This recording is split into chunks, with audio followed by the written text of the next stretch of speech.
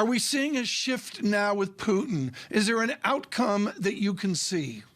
Absolutely. What we're seeing, that process that began in the 1990s of Russia connecting with the world economy, being integrated with the world economy, is very rapidly going in reverse now as these crushing sanctions are being imposed. Russia is being disconnected from the world economy. What does the new map for Vladimir Putin look like? He grossly miscalculated. I think he obviously thought this would be quick.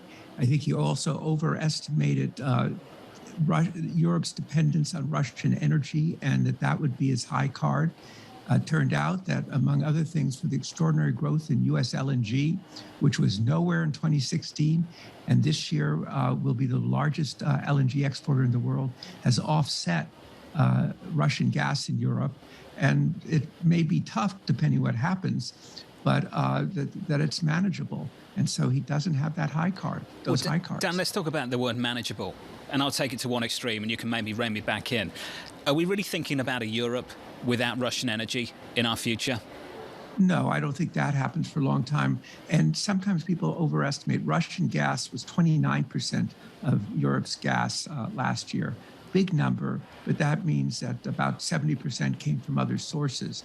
So, but I think it will, when this crisis is over, whatever form the end takes, Russia will be a supplier, but what will be changed is no longer will it be seen as Russia is a reliable supplier, which they've been saying for 50 years.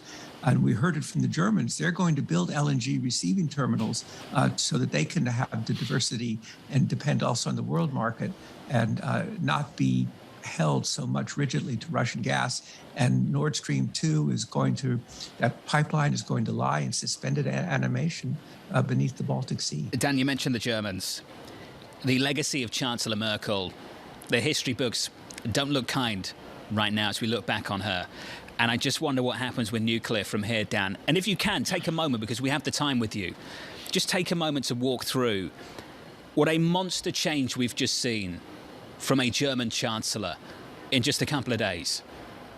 Well, I think that Chancellor Merkel, it was a different circumstance. She had no illusions about Putin.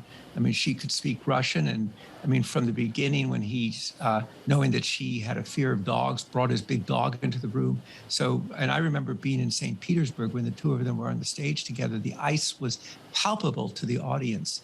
But the circumstances were different. And Putin at that point appeared to be a more rational, if tough actor. But I think now with the new chancellor, the statements, I think if she were in power, she probably would have said the same thing. But it is a dramatic reversal.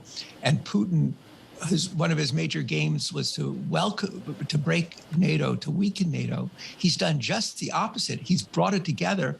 And Germany is going to go to 2% of GDP for defense spending. We talk about the consequences for Russia as they get locked out of the financial system, but can you game out the financial consequences for Germany, for the United States, for the rest of Europe, as we do get some sort of uncertainty, not only about the carve-outs for the energy sector in all of these sanctions, but just how feasible the payment for any of this will be?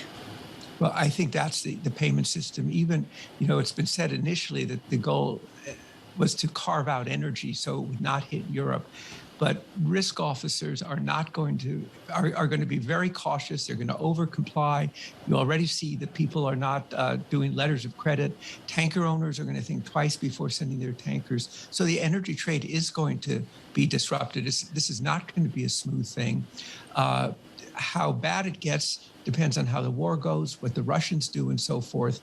But I think you're going to see in effect, a sanction on Russian energy just by the behavior of market actors. And everybody today, I know, is calling their lawyers saying, can you understand what the sanctions are? We don't want to make a mistake here. We don't want to get a $6 billion fine a year from now.